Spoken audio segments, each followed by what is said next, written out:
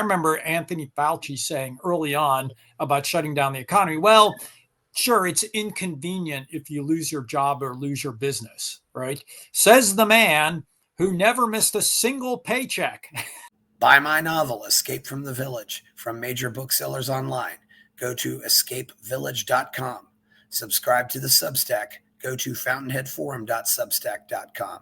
Support the forum. Go to buymeacoffee.com/fountainheadforum. Thank you. Welcome to the Party Pal. This is Fountainhead Forum 379. I'm talking to Todd Zywicki. He is a professor at George Mason University. We're going to talk about some of his battles against various coronavirus regulations and just the state of the overall liberty movement since then. Howard, what's your field again, Todd? You're a professor of what? I'm a law professor. A law professor, yes. And my background is in law and economics, which at least gave me some training in statistics and the like to be able to analyze a lot of the studies and stuff that came out during COVID. So, yes. So, Todd, I got to ask, how did you become a libertarian? Oh, that's a great question. I think I was instinctively a libertarian. I was the first in my family to go to college. But I think my dad was a instinctual leave me alone libertarian, self-reliant and the like, and he passed that on to all of us kids. And so I think instinctively I always was sort of a libertarian, sort of self-reliant.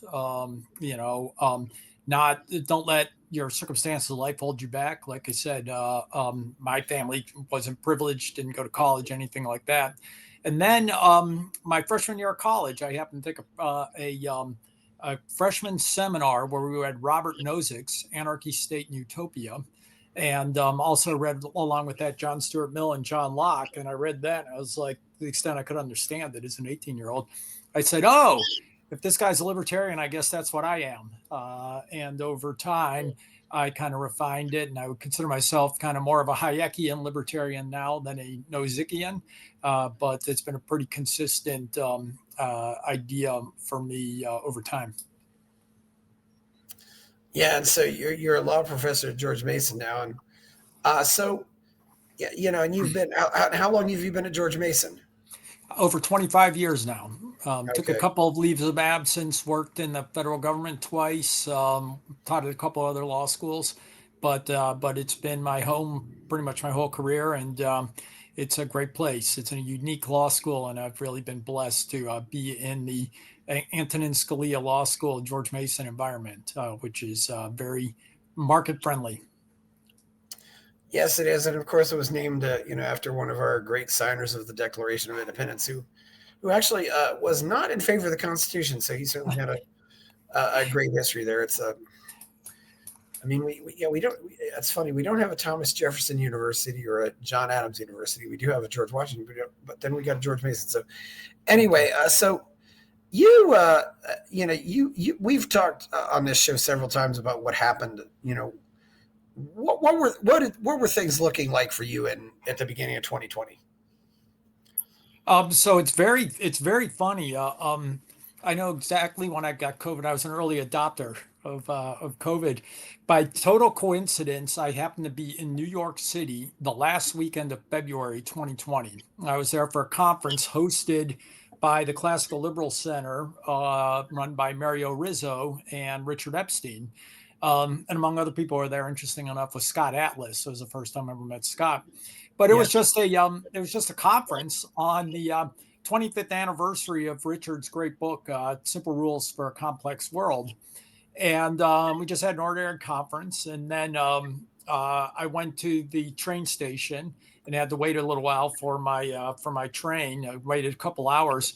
At Penn Station. I joke in retrospect, COVID was probably about the fifth most dangerous thing I was exposed to, sitting in Penn Station for a couple hours. But sure enough, that was the last weekend of February. A few days later, I woke up and had symptoms of an illness like I'd never had before. I had, a low temperature, a little bit of brain fog, but mainly I just had terrible night sweats. But I didn't have any of the stuff like they were saying was COVID around that time, right? High temperature, shortness of breath, anything like that. And so, if you recall, they messed up all the tests and stuff. So I couldn't get tested for COVID because I didn't have the right symptoms. And then a few weeks later, they confirmed that what I had was COVID. So I had COVID for a couple days, I mean, and then all of a sudden woke up one day and was perfectly fine. And so then I kind of then they told me immediately, if you've had COVID, you don't have really anything to worry about again, because now you've got immunity to COVID. You're going to be unlikely to get it again soon. And if you do, it won't be very serious, which of course turned out to be true. So at that time, I'm just like, okay, I've done it. Check the box. I'm ready to get on with my life. Unfortunately, nobody else, a lot of other people weren't. Yeah. So this was like what, 2 or 3 days or? Yeah, it was about Tuesday or Wednesday when I got back, and I had COVID. I had these symptoms for maybe 3 or 4 days, and then woke up and it was gone. So. Okay, so this would have been the February 29th was on a Saturday that year, so I guess it would have been the first week of March.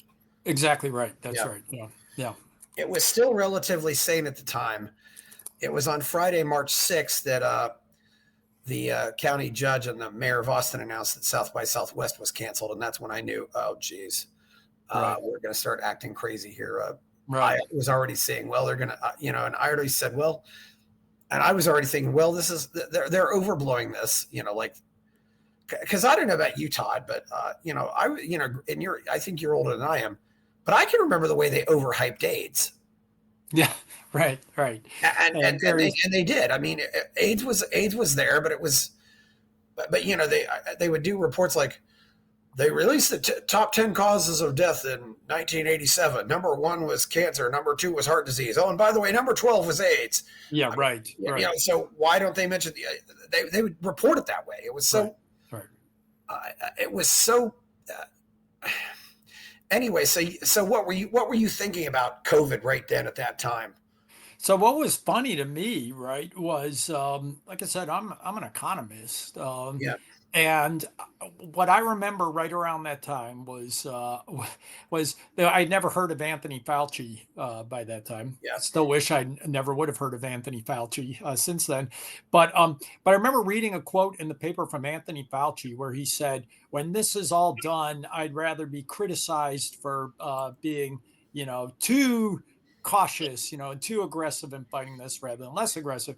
And I thought to myself, how can an idiot like this possibly be in charge of anything, right? Rule number 1, everybody's always understood. Rule number 1 is you have to take into account all of the costs and benefits and be risk neutral in thinking about all these sorts of things. So the idea that there would be no social cost to overreacting, to panicking, to doing all those things just struck me as absurd. And so I just thought it was obvious that whoever this fool was, nobody should be listening to him. And sure enough, I learned very quickly that everybody thought that Anthony Fauci was God. And apparently he thought he was science itself. But I was just kind of shocked at the irrationality and the inability of people to think in any sensible way about think about this from a sort of total perspective, right? All the costs, all the benefits, find out what's actually going on, rather than, as you said, this complete panic and complete throwing overboard any rational sense of risk analysis. And I find it interesting these people talk about being cautious, but I mean, is wrecking the economy cautious? Is destroying jobs cautious? I don't consider that cautious at all. No, it was crazy. The cautious thing is to sit on your hands and just do absolutely nothing, or to keep doing what you've always been doing. And it was worse than that, which is, one of the things we could talk about later, Chris, but one of the things that kind of shocked me was how the class effects of this, right? How so many lower income people and the like were just so badly disadvantaged by all this, right? And kind of took it all laying down. But I remember Anthony Fauci saying early on about shutting down the economy, well, sure, it's inconvenient if you lose your job or lose your business, right? Says the man who never missed a single paycheck during Yeah, all of COVID. The man who has the highest single salary in the federal government never missed a paycheck during COVID, and yet just says, "Oh, it's inconvenient for some people to lose their jobs or lose their businesses they've spent their whole lives building." yeah, it's Stefan Molyneux likes to use, ask the question, can I lose my house? You know, and how many people did lose their houses? I mean, this is a guy who had been, a worthless bureaucrat since 1968. Yeah, right, right, I right. mean, a And I longer, always thought that was, longer career in government than Biden. I yeah. mean, And it was just comical, right? The idea. So, like I said, I've spent 2 terms in the federal government, right? yes, In senior positions, and I live here in Washington D.C. I know a lot of bureaucrats, right? The idea that the single most qualified analyst of risk and immunology in the government is just a senior bureaucrat in the government, right? Not some professor at Harvard or some professor at UCLA medical school or something like that, but he's just a senior bureaucrat in the federal government. That's the person who we've just anointed as the wisest in the oracle of all truth in the government. All he is a paper pusher, right? He hasn't done any serious yes, research in decades, if he ever did any serious research. And basically, what happened was you have a man who sits there who's obviously an intellectual mediocrity, to state the obvious, right? Who's been sitting in the same position, people coming in kowtowing for years, basically telling him how brilliant it is. Why? Because he handles billions of dollars of research grants, right? And yeah. so for decades, this clear intellectual mediocrity has been having the most powerful people in the world in America coming and sucking up to him, telling him how brilliant he is. And apparently he was, he's the kind of person who's subject to that kind of flattery and came and believed exactly what they were telling him. Yeah, and and of course you have an even more of a mediocrity in the White House, and as I was doing server work for a big chain of hospitals at the time, and I just remember thinking, through all that, and I have a lot more respect for the nurses, the clinicians, and the people who actually deal with patients, That's and right. I can also tell you, I have a whole lot less respect for hospital administrators. The Yes. people who run these hospitals, they're mediocrities too. I mean, you could Right. throw them in the garbage and you wouldn't miss them. I mean, they're some of the most worthless pieces of garbage I've ever encountered. My immediate supervisors were really good guys, Right. but then one more step up, forget it. That's right. Yeah. Yeah, Yeah. forget And it. this is one of the things that I also discovered And pretty early. we've created a system where mediocre minds get to the top now. Yeah, and one of the things that's striking about this, I mean, there's a lot of things we could talk about, but one of the things that I discovered that was interesting was the really the problems with the medical system. But one of the things I discovered was the way in which MBAs basically run these practices, and the only people who could actually get treatment during COVID, right? People who wanted to get treatment, you basically had to go to an independent doctor because these big fancy medical providers now with their fancy buildings and all their degrees and all their machines, they're basically paint by numbers doctors, right? Which is there's protocols that are handed down by government bureaucrats. The MBAs who run the places and the lawyers tell them, don't deviate from that. Don't actually treat your patient. Run the algorithm, run the protocol, right? Yeah. And that way you won't get sued, right? And so we basically take the best doctors and hamstring them with these bureaucrats and that sort of thing. And the only really place now you can get my experience now, and I switched doctors for various reasons, but really, unless you have an independent provider, whether it's a general practitioner, a neurologist, whatever, doctors who can't stand to work in that environment that you described are the places you actually need to go now to find a doctor who will actually treat you, is my experience. Yeah, and I think part of COVID, maybe it wasn't an ulterior motive of COVID, but I think they were trying to consolidate the hospital industry. I mean, make all these small town hospitals lose money, so these bigger hospital chains, like hospital like Central Health or Right. some of these other big, these big conglomerates could buy up all the hospitals, and I've seen that happen in the last 20 or 30 years. I mean, the Ohio State University Hospital owns a bunch of hospitals around Ohio. The West Virginia University Medical Center owns a bunch of places around West Virginia. It started off as one hospital and now it owns all these other. So I think they really want to go after GPs, general practitioners. I think that, but now here's the question I got asked too is, what were other people at George Mason saying about this?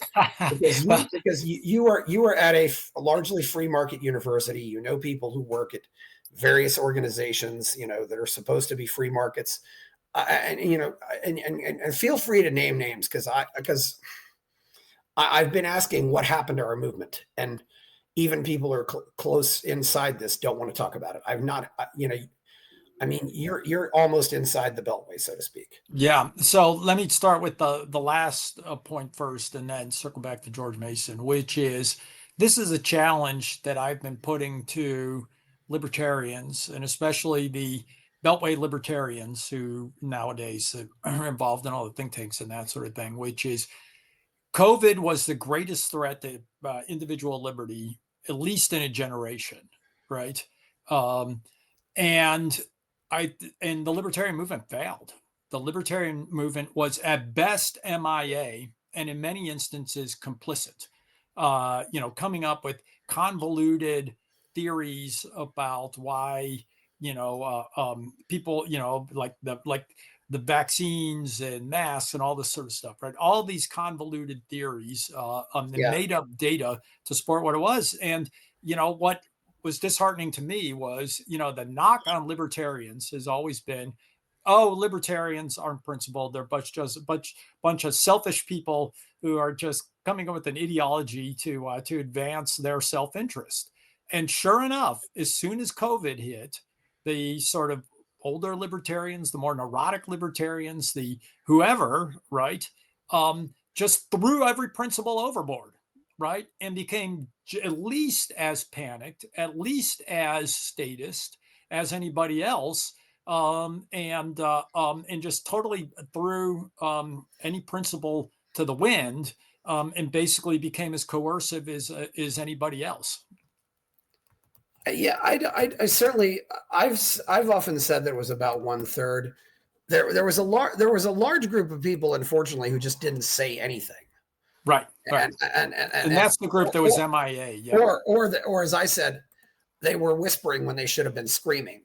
Right. And there was definitely a lot of whispering. But yeah, the first thing that was getting me is I was asking myself, so when did libertarians start to trust the news media? I didn't know that libertarian. I mean, you got lied into the Iraq War. You got lied. You get lied. They lie to you about all this other stuff, and so now you suddenly think they're telling the truth about this. And I often refer back to this H.L. Mencken quote. The quote: "The whole aim of practical politics is to keep the populace alarmed and hence clamorous to be led to safety by menacing it with an endless series of hobgoblins, most of them imaginary," unquote. I mean, this is the key: scaremongering, then offering a solution. Right. So I mean, and I'm just wondering because first of all, I don't want to get to vaccines yet because I want to stay in March and April, and vaccines is later. Yeah, right. But, and first we'll certainly shout out the good people: Jeffrey Tucker, the American Institute for Economic Research, Richard Salzman, the anarchist Larkin Rose. Most of the people in the anarcho-polko crowd, as I call them, they call themselves voluntarists or anarchists. They don't really call themselves libertarians, but they're libertarians, and they were all really good. The Mises Institute. The Mises Institute was. Ron Paul was. Yep. And I think even to a certain extent, Rand Paul might have thought this was a scam. He seemed to express that. I think even to a certain extent, the American Association of Physicians and Surgeons was calling this out. Is that right? Tom, it's funny. It's funny. Even Tom Woods had a show, I think it was on March 9th that he recorded with Angela McArdle, and he wasn't even talking about it then. But Tom Woods kind of took up the mantle a little bit later. Right. and real, but yeah, there were the Mises Institute was calling it out, but what else? Who in particular do you know? I mean, if you want to mention a particular name, go ahead. I can certainly call out some people by name myself, but I don't really like to call them out by name either. But Who are good on it or bad? who were anybody you knew was good, but then let's go to also who was bad. Not very many. Yeah, not very many were, like I said, they were mostly MIA. Yeah, And you mentioned why are libertarians all of a sudden trusting the media? What was even more shocking was trusting the government, right? yeah, and All of a sudden, they're treating Anthony Fauci like he's the oracle of all wisdom, right? no, They're all of a sudden parroting the party line about ivermectin or later on vaccines or early treatment, right? The yeah, masks, all this sort of stuff, and it was just, and you put your finger on it, Chris, which is it's even more bizarre after the catastrophic value of the Iraq War, right? The experts on the Iraq War, the experts on the financial crisis, right? How many times do the experts have to fail? How many times did the government have to be disastrously wrong? And yet, all of a sudden, libertarians are lining up just like everybody else to trust the CDC, the FDA, and all those sorts of things. It was really, I was just honestly flabbergasted. I thought I would be saying these obvious things to people, yeah, and they would be like, I had three heads, yeah. just to say, why are you trusting the experts? Why these guys don't know what they're talking about? The person who disappointed me the most was a medical doctor who lives in Washington who would actually go on podcasts and talk about the white coat cartels, as he called them, and how medicine needed to have a free market. And he understood just how messed up the whole system is. Not to mention, this guy's probably helped 50 people get out of Venezuela. I mean, Yeah. he's done a lot of good, helping, and also getting medicals. He would go down and volunteer to help to give free medical care to people who had left Venezuela. Just really, in a lot of cases, an amazing guy, but he fell for this stuff completely. I mean, Yeah. who was a person who disappointed you the most in March and April of 2020? Oh, wow. Could I pick anybody out? Yeah, At that point, God, that was so long ago. I don't remember anybody specifically jumping out there, right? But the way I think about it, it's kind of funny, right? Like I said, I'm a law and economics person, and so we have, one of the foundational principles of law and economics is the Coase theorem, right? Which is there's two ways to avoid sort of something happening. Either you do something or I do something, right? And so, it seemed obvious to me, and I would have thought any economist would have thought, we want to do the kind of, risk analysis that they ended up doing in the Great Barrington Declaration, right? Which was pretty obvious from the very beginning that old people, unhealthy people are the ones who are most at risk here, yeah, and not school children and stuff like that. And so I just have to, to some extent, I would just say, libertarian economists as a class were shockingly incompetent to me because of their unwillingness to think in any yeah, serious analytical way about who's at risk, what is the best way to deal with that, what are the unintended consequences of all this sort of stuff. And I always joke, people who for years have been teaching the Coase theorem for 25 years in their economics class, all of a sudden threw the Coase theorem overboard, right? And they were yeah. talking about all the ideas that they otherwise make fun of. So I did ask Jeffrey Tucker once who disappointed you the most, and his first answer was Tyler Cohen. And I said back to him, Tyler Cohen really couldn't disappoint me. Uh, yeah, I have to say, I mean, Tyler, as I recall, also was in favor of the bank bailouts back in the day, right? So I guess Tyler Cohen's kind of the court, as the court libertarian. CNN or whoever just brings him on, and he just and they propose some bad idea, and he just nods his head and goes along with it. And they say, "Well, here's a libertarian who goes along with it." But yeah, it's I won't cast aspersions on Tyler yeah, generally, but I will say Tyler said a lot of things were wrong about COVID, and I think he was wrong about the bank bailouts.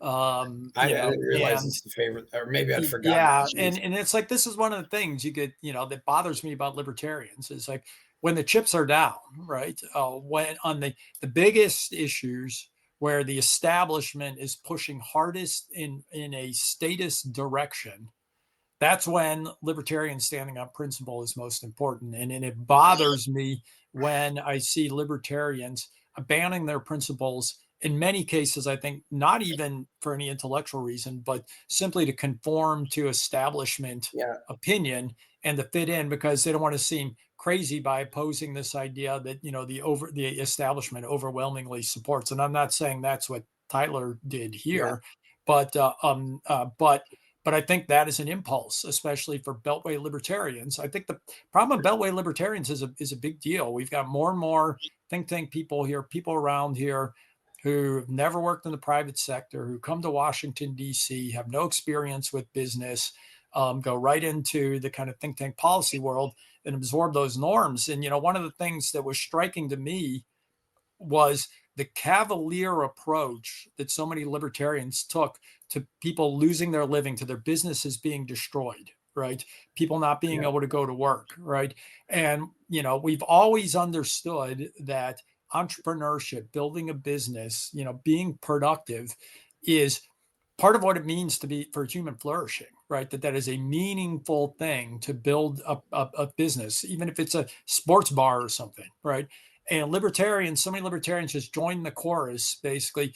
Oh, saving lives is so much more important than economics, right? Assuming they were even yeah. saving lives, right? But who are you to raise these questions of being able to go to a part, to be able to go out on a date or to be able to keep your business open for people, right?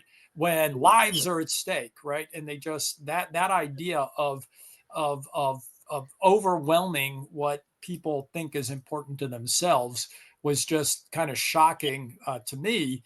But I think it is honestly a little bit endemic of what sort of the modern Beltway libertarian mindset is, Yeah. which is that bought into that elite idea rather than what libertarians started off as, right? Which is a lot of businessmen, a lot of small business people, stuff like that. And so, Todd, I have to say, you mentioned Tyler Cohen, but in all of the circles I run with, I did not I did not know of a single libertarian anywhere who supported the 2008 bank bailouts.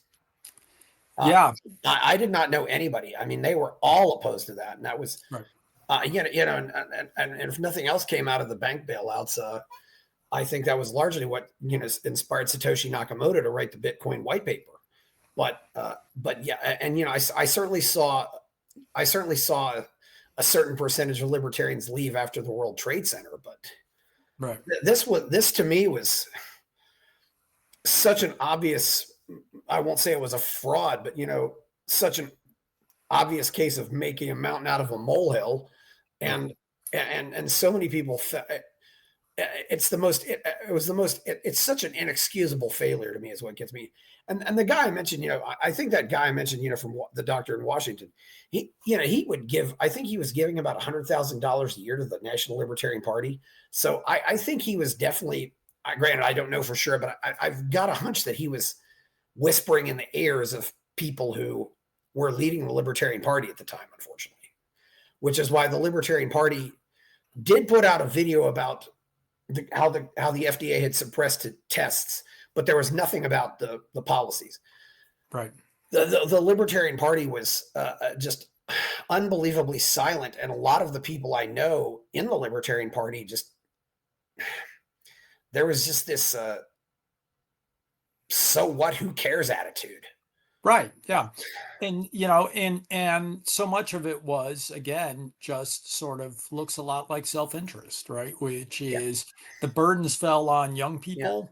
Yeah. The burdens fell on people who live in smaller houses, right? Because they were cooped up Yeah. in their houses, people who had small businesses, people like that. Whereas there really was this sort of laptop sort of class dynamic to this, Yeah. which is it was pretty comfortable for life, for pretty comfortable life for people who could work at home, to stay on their laptop, write op-eds, opine on online and that sort of thing, and all the costs were borne by everybody else. The people who are out Yeah. there actually.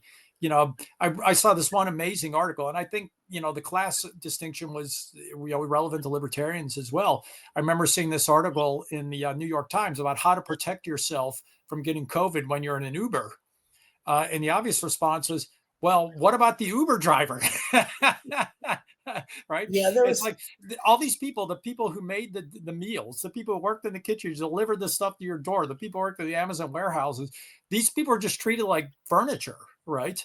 Like they didn't matter. They just all existed. They were objects basically to serve the laptop class and people who are safe at home. So Yeah, and a lot of libertarians probably do comprise to a certain degree the laptop class. And Todd, that's the thing.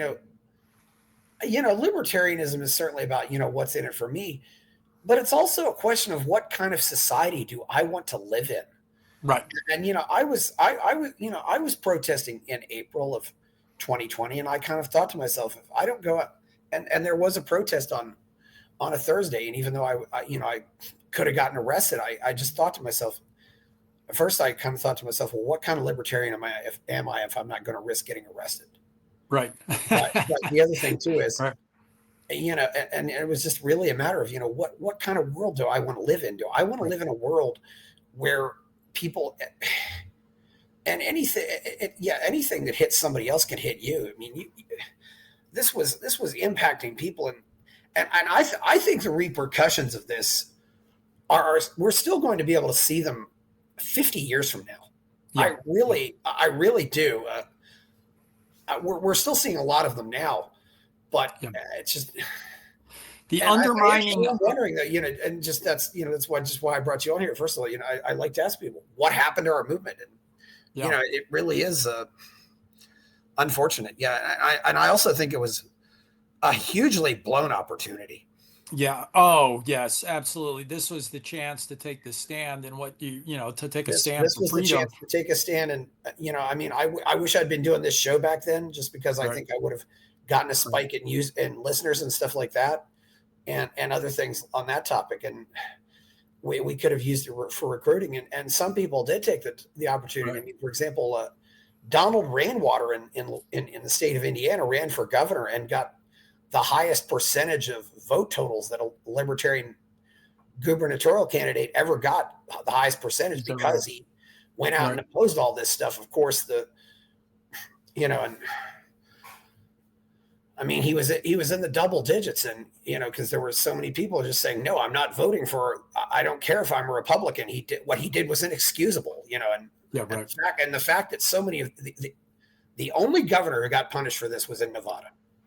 Right. That's One of the things so disheartening. And one of the things that's interesting to me, and you may have talked about this with Jeffrey because he and I have discussed it. One of the things that's quite striking to me is the people who seemed to have the best sense that something was not right, and the ones who actually stood up most for individual liberty, ironically, were religious people. By and large, they seem to do better at recognizing and appreciating the totality of human life, right? That human life is not just about trying to avoid getting an illness that's relatively minor for almost everybody who gets it. It's Right? about doing things that And make life worth living. it's about things making life worth living, which I think is quite striking. And I haven't processed what that is, but they seem to be the ones who did the best with this in terms of seeing through the garbage.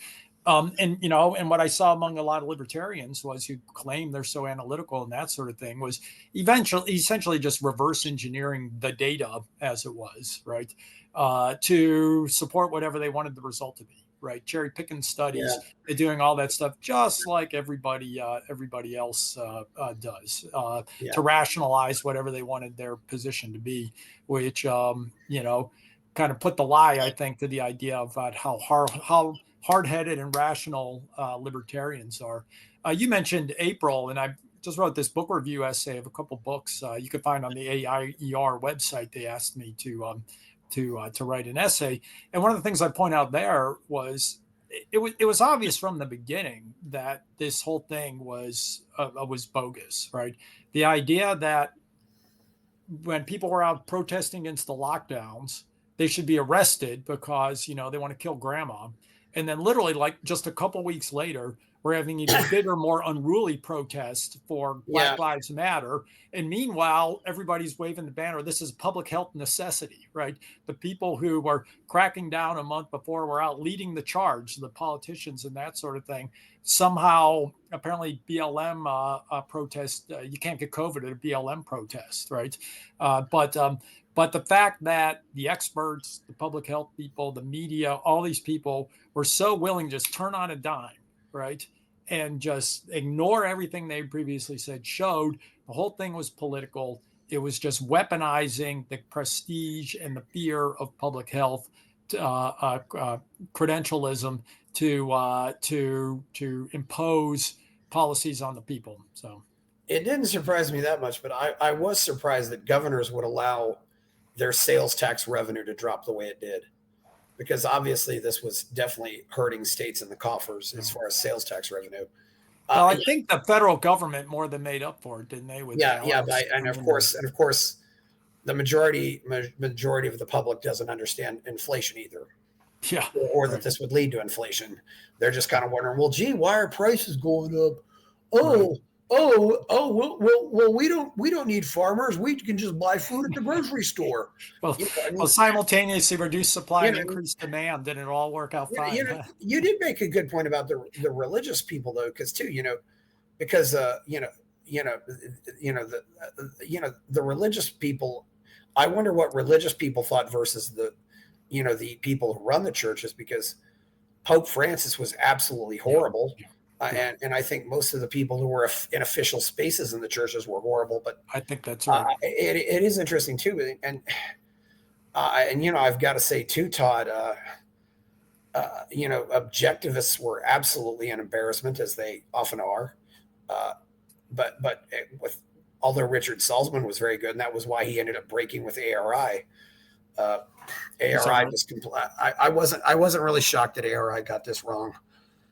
That's another case, of people just not being able to disappoint me. It's, right? I didn't follow the objectivists, but I've heard that from some objectivists said the same thing. You asked earlier about the other thing you got to realize about objectivists too is, they love Bill Gates, they love Henry Ford, but they couldn't care less about the small business owner either. Is that right? They don't. You never hear that.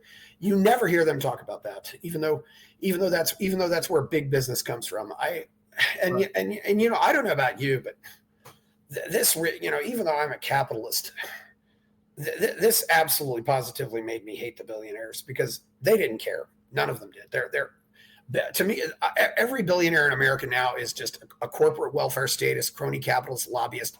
They do not care about free markets, period.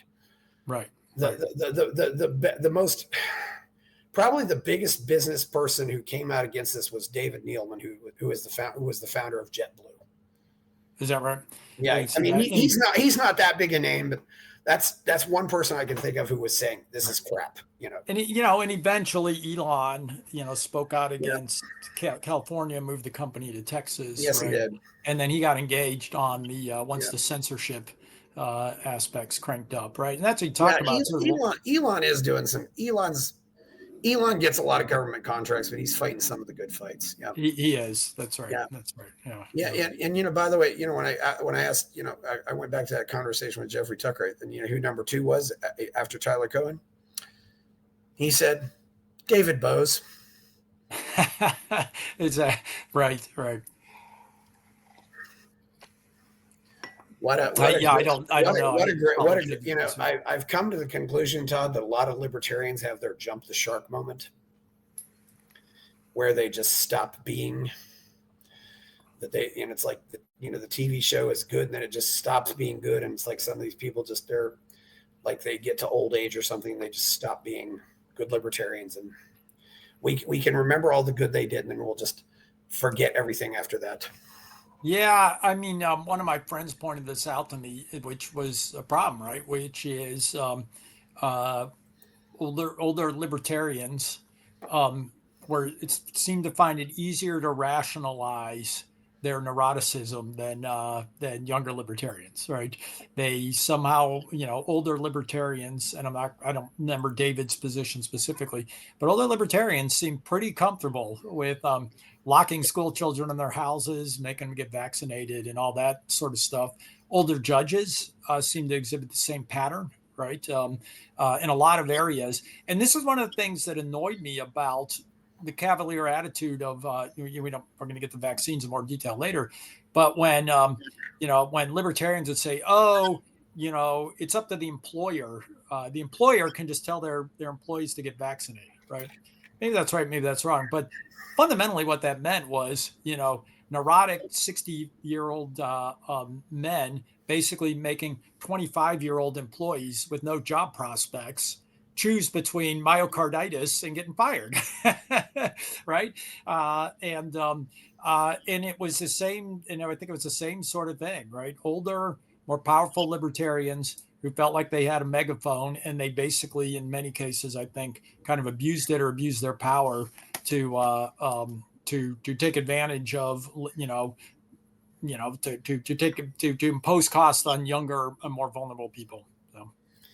I've never thought of the generational thing, but I can kind of give a pass to people who might have been over 75 or 80 because this, some of them would have been in places where this might have killed them.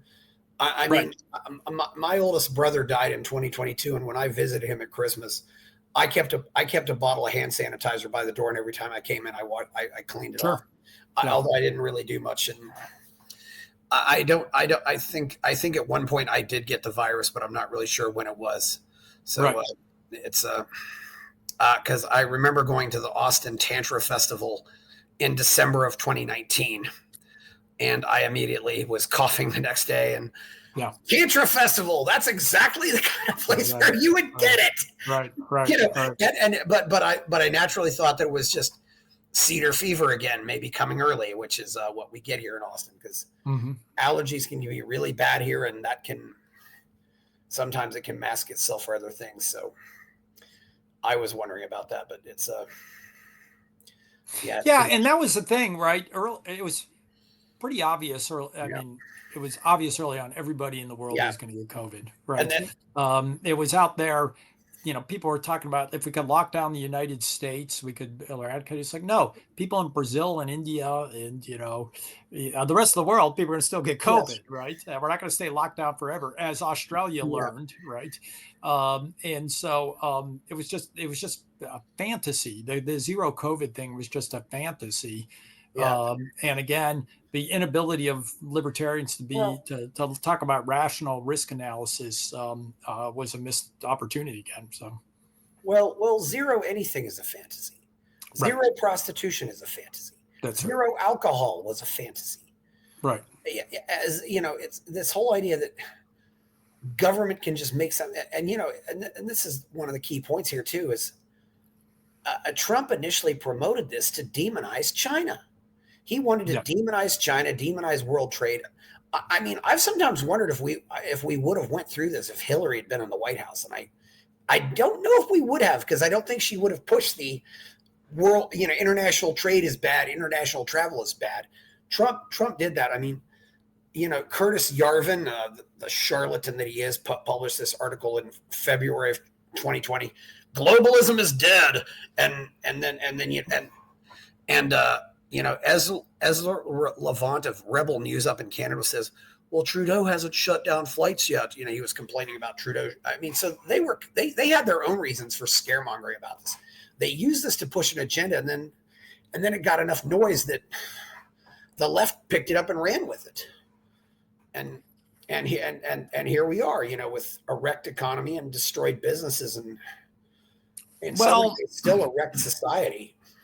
Yeah, we don't know. I mean, I don't know if we'll ever know for sure what Yeah. Trump was thinking. But one thing I will say is throughout the world, it was pretty much the case that I can't think of any country in the world where the left was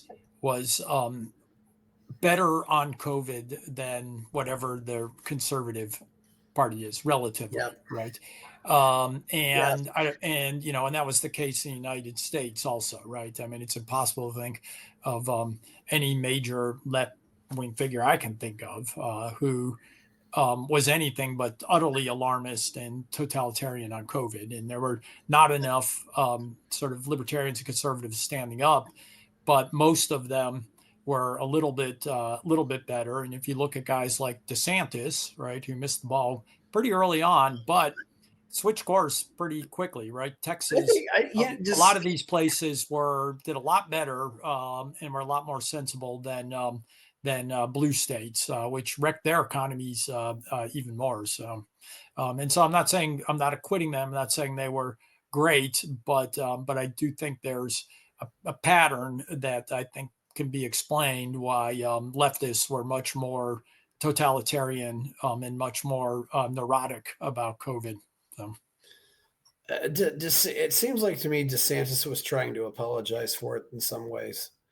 I think he was the only one, and Right. what's more troubling is that none of these governors, with the exception of Nevada, none of these governors and very few people anywhere got lost their jobs for this, and that is the greatest failure of democracy.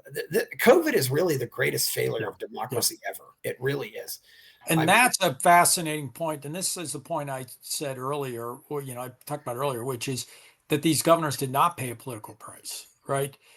Gavin Newsom being the most obvious example, right? But I look at England and even the UK, who I never think of being particularly populist, right? Boris Johnson got busted at a party violating his own COVID rules. And they threw him out of office, right? Here, like you're saying, Gavin Newsom's running around basically violating the rules. Everybody else is. He's sending his kids to private schools while he's keeping the public schools closed. And all this hypocrisy, all this sort of elitism just didn't register with people. They were perfectly fine with it, which I honestly don't understand it. And I'm not elaborating. I do not understand why people were so unconcerned by that behavior by elites and elected officials. And I wasn't surprised. I think I have to say I think I was surprised. Right, I was surprised in the sense that I thought there would be that the nature of where the world was at that point, right? The United States, that after the Tea Party, after what was seen as these populist movements and that sort of thing, I thought this is the point at which, it breaks the camel's back, right? Where you've got these elites shutting down small businesses, closing schools for low-income people, right? Which affected low-income people the most, right? Because they were less likely to be able to learn online. All these sorts of things that were bad for kids, basically bad for all the Democratic constituencies. Right. And I just thought at some point they'd say, "What is going on here?" It just seems so obviously bad, but nothing like that ever happened, and it's disappointing, I'll say. I was saying I wasn't surprised by the bad behavior of people like Newsom and Neil Ferguson or people like that. Yeah. I think it's interesting that the census was just starting to be taken, and I don't know if we're going to see all the population. I don't think we'll necessarily be aware fully of all the population shifts until the next one comes. It would have been interesting if it happened a year before, just because we would really see all the population shifts. I mean, right. a lot of people did move because of this. That's right. They said, this was the final straw for New York City or whatever. And, right. And when COVID started, I remember just thinking to myself, no reconciliation is possible or desirable. Yeah. But New York City is a great example, Chris. I was there a couple of weeks ago and I'm walking around and, New York City is, like the closest thing, like in some sense on a day-to-day thing. It's like, it's quasi-anarchical, right? It's like these people are just like kind of doing their own thing. It's a bunch of sort of kind of the people who act sort of independent, self-reliant souls, and yet they just fell in line.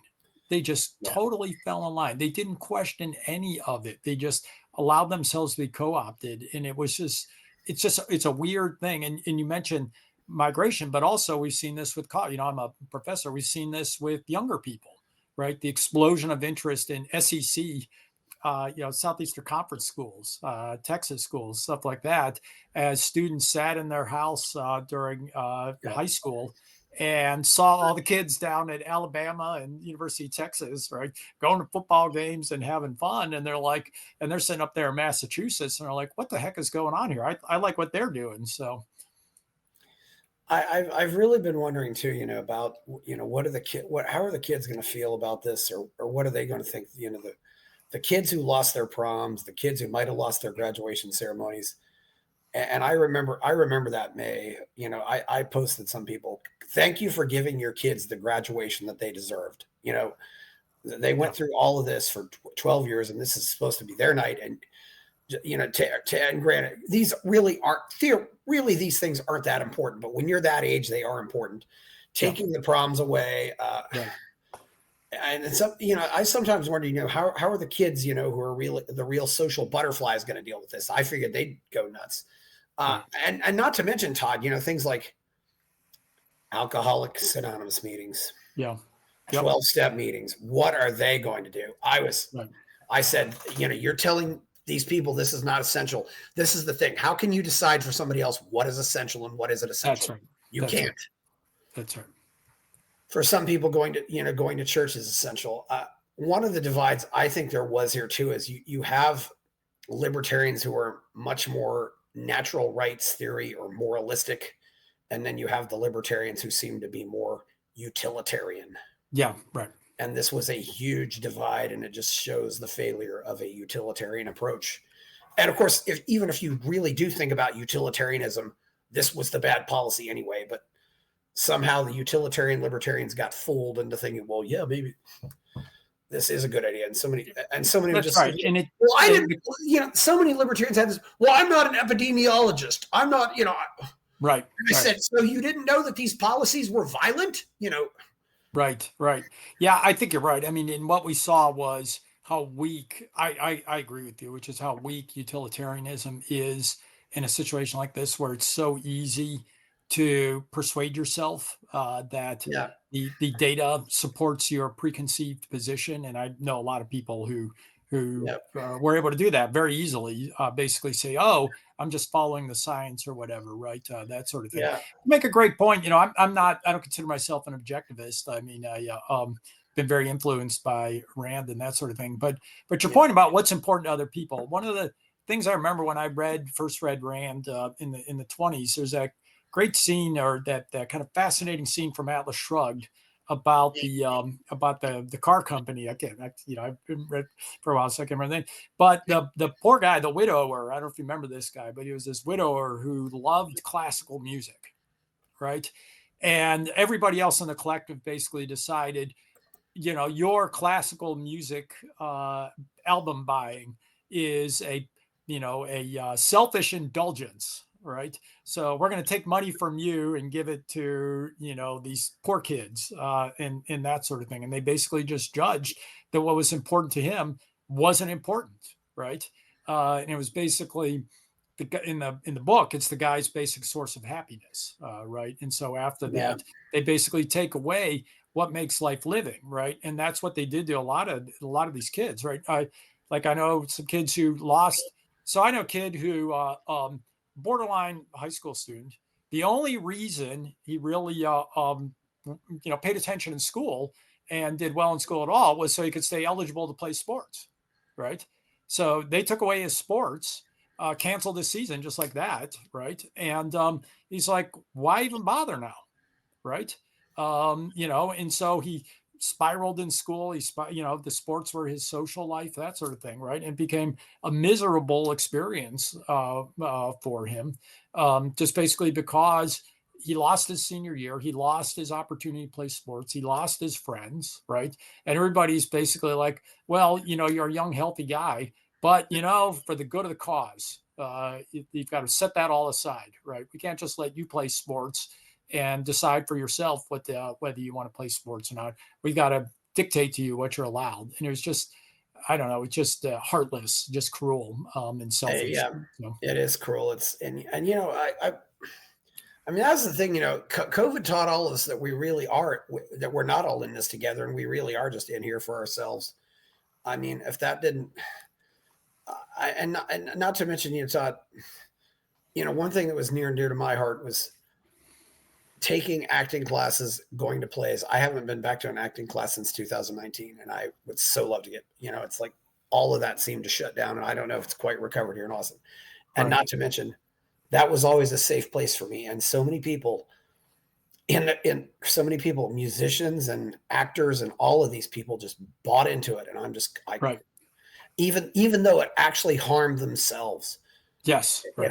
It harmed their own businesses, and they were shooting themselves in the foot. And I've rarely have ever talked about it with these people, but it's right. So it's like, a place that was safe for me stopped being safe, because if I stand up and say this is a bunch of crazy nonsense, I don't know how these people are going to react. And I never talk politics in the acting community, which is right. why things work out so well. And, I've heard stories about kids committing suicide, and, they don't care about that. I mean, I don't. And there was so much propaganda at these kids also, right? Making them feel guilty, making them, I think it was Jay Bhattacharya who used to say that, they basically told kids, all you are is a vector of virus, right? Your job is to keep your parents safe and, stuff like that. It's like, bullshit. Your job is to be a kid. Yeah, right? It's my so job to keep myself safe. You go live your life. All right. That was what I felt like telling these people. But there was just guilt. It was, all this sort of stuff, like you're saying, that just added to their misery, right? To tell everybody they were selfish for wanting to live their life, especially young people, was just again just cruel, I think. So I really wonder about the whole nature of the species after this. It was like there was something they had. It's almost like they needed this to give themselves meaning. I think a lot of the kids are going to figure it out. Yes, and that's my sense. Already have, and Todd, the one network of people in my life who never bought into this. And granted, these people aren't necessarily libertarians, but they're very libertarian leaning, and I'll say it, guys like Andrew Tate. Yeah. And these are guys who say you shouldn't be afraid, you should walk with confidence in life, and there were a lot, and that's this whole attitude that right. And the COVID attitude was we should all be cowards, be scared of our shadow, and just. Right. And these guys also, Joe Rogan is another great example, right? Of don't trust the establishment, right? Don't trust these guys just because they say they're the experts, right? Because they're not just disinterested experts, right? As we saw this, they are just as interested as everybody else. They're interested in their own power, that sort of thing. And one thing I do think is an interesting challenge, Chris, that I've been thinking a lot about over the last couple of years is, and I talk about this in this book review essay I mentioned earlier, which is, one of the things I look at when I read the Federalist Papers and read the framers and that sort of thing is we talk a lot about the checks and balances of separation of powers, federalism, stuff like that. One of the things you see in there is they also talk about sort of the balance and the checks and balances between populism and elitism. And we see this most like with the House of Representatives and the Senate, that, you've got the populists in the House, but the Senate was originally, appointed by state legislators and that sort of thing. We see this in the way the judiciary works. And so the idea here is that there's a balance, that the two of them should balance each other. And what we've seen over the past 20 years, basically, going back first to the 9/11, right, in the Iraq War, then the financial crisis, then COVID. What we've seen are three great crises of national security, finance, and economic and public health, in which the elites of this country have failed disastrously, right? Just utter complete failure by the elites that have, and this is your point, I think, about what are the long-term ramifications of this and the impact on young people, is elites basically just decimated their credibility, right? At the same time, you've seen elites like in universities, the media, that sort of thing, pushing all these crackpot theories, like, pushing DEI, pushing all this kind of stuff, basically weaponizing their power to attack a lot of institutions. Yeah. And what we have now, what I'm concerned about, or I think is going to be interesting to watch, is we kind of have a power vacuum now, right? Which is the elites have so discredited themselves, number one, but they seem completely unaware, right? They're just convinced that they're just as great as they ever were. And it's just a matter of people don't understand how great they are, right? People still won't listen to the science and the experts and all this sort of stuff. And I think that's a real tension, right? And I think it has to go somewhere, right?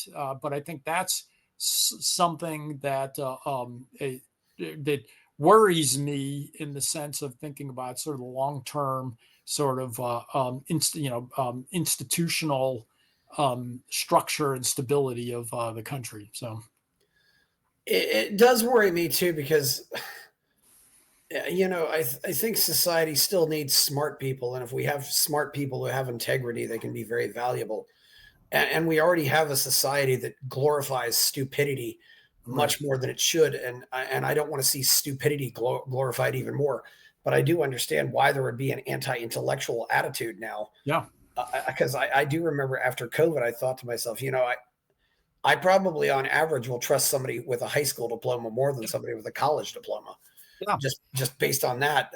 And that's a sad way to look at it, although. Yeah, and just think about how much they screwed up the Iraq War, how much they screwed up the financial crisis, right? Well, yeah, well, not to mention, Todd, the ultimate in intellectual corruption is, you can be a woman even though you have a dick. I mean, that is the most absurd and ridiculous thing. Right. Weaponizing science. Incidentally, this supposedly intelligent species is the only species now that believes that.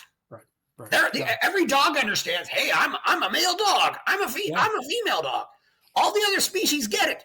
But Homo sapiens, the allegedly smartest beings on the planet, they actually think that if you have a penis, you can be female. Right. And that's what I have in mind, right? Which is borrowing the credibility, like leveraging the credibility of science, right? And claiming that something that's obviously anti-scientific, like okay, maybe this is the dumbest species on the planet, right? And not the smartest. Like I said, the contrary attitudes towards anti-lockdown protests and COVID protests, right? The willingness to censor ideas that turned out to be right, things like that is, but so anyway, I think I always think about, I'm a university guy, right? Like I said, I'm first in my family that went to college, and I find I believe the university as it grew up is one of the miracles of modern civilization, right? To have a place in a society that was purely dedicated to truth, right? The pursuit of truth, the exchange of ideas. I mean, that is an amazing creation, right? That was built up over centuries of credibility. And the idea that universities could be self-governing, right? That universities could be trusted to hold themselves to certain standards of inquiry, truth, and freedom of inquiry. And over the past 20 years, they just threw that away, right? Universities just decided, for political ends, they would just draw down the accumulated capital of centuries of struggle for intellectual freedom, and they'd embrace cancel culture and censorship and all these sorts of things. It's a really depressing thing to me, and the example you gave, I think, is a good example of how they did that, using that for political ends. Yeah, Todd, That is the question I've got asked. But do you really think it's just been the last 20 years? Because people were calling this out 30 years ago. Even, and in fact, really the so-called progressives took over the colleges really about 100 years ago. In a lot of cases, I mean, Right. these were the churches of Karl Marx, and they still are. That was why the Berlin Wall falling down meant absolutely positively nothing as far as the grand scale of history. And Well, maybe I'm guilty yeah, of gauzy views of the yeah, past, but my sense is that the degree of censorship and the degree of weaponization of the prestige of the university, yeah, um, and various related things over the past few years reached a peak. yeah, And I don't recall, I think it was Greg Lukianoff in his most recent book said more people were basically lost their jobs during the Great Awakening period, right, over the last 10 years or so, than during the entire McCarthy era, right, in universities. yeah. And so, sure, the McCarthy era was a threat, but universities by and large resisted McCarthy, right? This time around, they not only embraced censorship and cancellation, they led them, they were at the front of the mob, Well, right? With the well, pitchforks and torches. So, I remember reading back in, I think, 92 or 93, Thomas Sowell's book Inside American Education, and there was another book out called Imposters in the Temple by Martin Anderson. yep. A few years before that was which I haven't read, The Closing of the American Mind, but there were several books around at the time that were calling out academia, and I don't think academia really made any attempts to improve itself. I don't No. know, but I do often wonder, is there something about the nature of these professions that attracts these kind of people? And I think that's a very complicated question, but Right.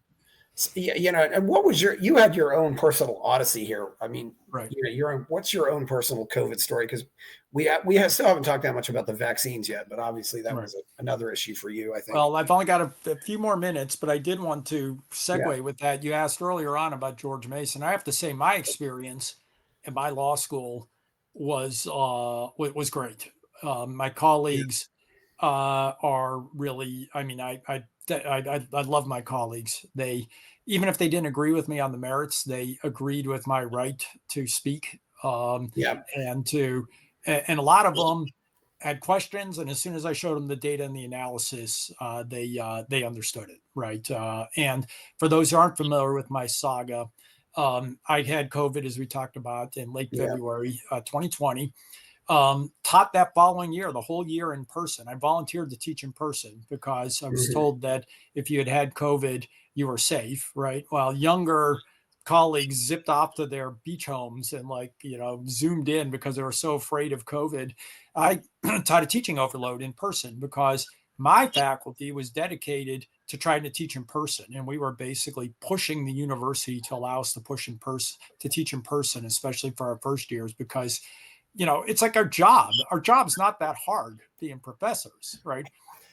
Sure. I mean, this is a moment where you got to do your job, man. It's like the students are paying you to teach them. And we knew and they knew that an in person experience is better. So I taught that whole year in person um, while I was waiting for the vaccine to come out and that sort of thing. And then the university announced that everybody was going to have to get a vaccine. I said, well, obviously you're going to exempt people who've already had COVID because we don't need it and it's dangerous for us to get it. And they just responded with some garbage. So then eventually, the next time I contacted them, actually my lawyers contacted them and said, we really think you should make an exception for people who have already had COVID. And they just ignored me. And so I sued them. And fortunately, I was able to I got an exemption. They gave me an exemption because for actually not for pre-existing immunity, but for other reasons. And so it saved Yeah, my job. But I became very much a gadfly after that. And one of the rewards I got for that was got as far as I could tell, shadow banned on Facebook for talking about COVID. Got 2 videos of speech and podcasts removed from YouTube for being supposedly a dangerous misinformation spreader for talking about my yeah, kids. and kind of got to see the whole, censorship industrial complex up close. So Yeah, the corruption of social media is just amazing. Yeah, and I do wonder too, and I never looked into it because I didn't have to, but things like fake vaccination cards, and yeah, I don't think that would have been very hard to fake. Just tell oh, here's my vaccination certificate. I certainly would not have had any qualms about lying to any employer about it. And I don't think I think a lot of people, sad but true, a lot of people lie in the job search process. yeah. It's My favorite story was there. I met a woman when I was yeah, speaking about my case someplace. She came up and she said 3 sons who all went to college. They all imposed vaccine mandates. She tried to get exemptions. They turned them down. So what you had to do was you just had to upload, suppose, your evidence of vaccination into this portal somewhere. yeah, We have one of these at Georgia. So she just uploaded a blank piece of paper. And they never checked what was it, right? They had like 40,000 students. So they were going to go through and check every student to see if they had actually uploaded a portal. It was basically a bureaucratic box that they were checking, right? It was just, it was just absurd. And again, it was the same thing, right? A self-absorbed, narcissistic, solipsistic professors who basically forcing young, healthy people to get vaccines they didn't need, right? And were very dangerous to them, as we know now, right? From the elevated risk of myocarditis and that sort of thing. And they didn't prevent transmission, as we know now, also, right? And it was just, again, it's the same thing. I don't know of a single president who lost their job because they did this, right?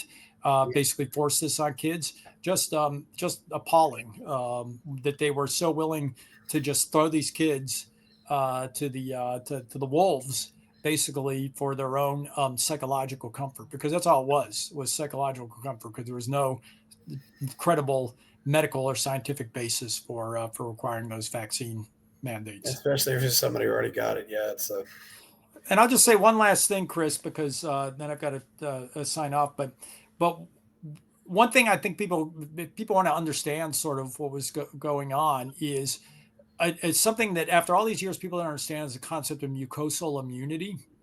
And so why was it that those who had natural immunity were so much safer than everybody else, right? And you could put it in 3 buckets, where you can have those who have natural immunity, who were very low risk of reinfection at the time, very low risk of transmission, and very low risk of serious illness. Then you had people who had no immunity at all, who are slightly elevated, all those. And then you have people in the middle who are vaccinated, who seemed to be at a lower risk of serious illness, but could get COVID and transmit at the same rate as everybody else. And it turns out, and this is just sort of a general lesson for people, it's mucosal immunity, which is that COVID and respiratory viruses enter through your nose. Natural immunity would give you immunity in your nose, so-called IgA antibodies, whereas the vaccines would only give you systemic immunity. So it would enter your nose, it would percolate, you could spread it to everybody else, and then when it hit your system, in theory, the vaccine was supposed to cause your immune system to boot up earlier. Simple, obvious, well-known, virological principles, immunological principles that were totally forgotten, totally ignored in this fantasy that somehow you could get a shot against COVID, and that would keep you from getting and transmitting COVID. Absurd. Well, the other thing too is, and this is why you can't really know how fast it's spreading, is because you discover a virus, but it could have been around a year or 2 years before you discover it. So you really don't know how long it's been around. You don't know so you really don't know how fast it's transmitting. Predictions are you can't, and predictions are never fully scientific. You always put your biases into your predictions, depending on the data you choose. Anyway, yes, thank you, Todd. Where can we find you out there? I think you have a website. Yes, the best place to find me is on my Twitter. I guess it's X, at Yes. Todd Zywicki on X. You can find there. I just recently posted, but you can find my book review if you're interested in more COVID. I did a Yeah. book review essay for AEIR. The Elites is in the title, where I review a book by David Zweig and Stephen Macedo. But Twitter is the best place to find me if you want to know more. Okay, please, if you like this show, please subscribe so you can get more info. Please like the show so it helps it in the algorithms. Please go buy my novel, Escape from the Village. Check out my Substack, and people are giving me money at Buy Me a Coffee. Thank you, Todd Zywicki. I'm Chris Baker. We're out. Buy my novel, Escape from the Village, from major booksellers online. Go to escapevillage.com. Subscribe to the Substack. Go to fountainheadforum.substack.com. Support the forum. Go to buymeacoffee.com/fountainheadforum. Thank you.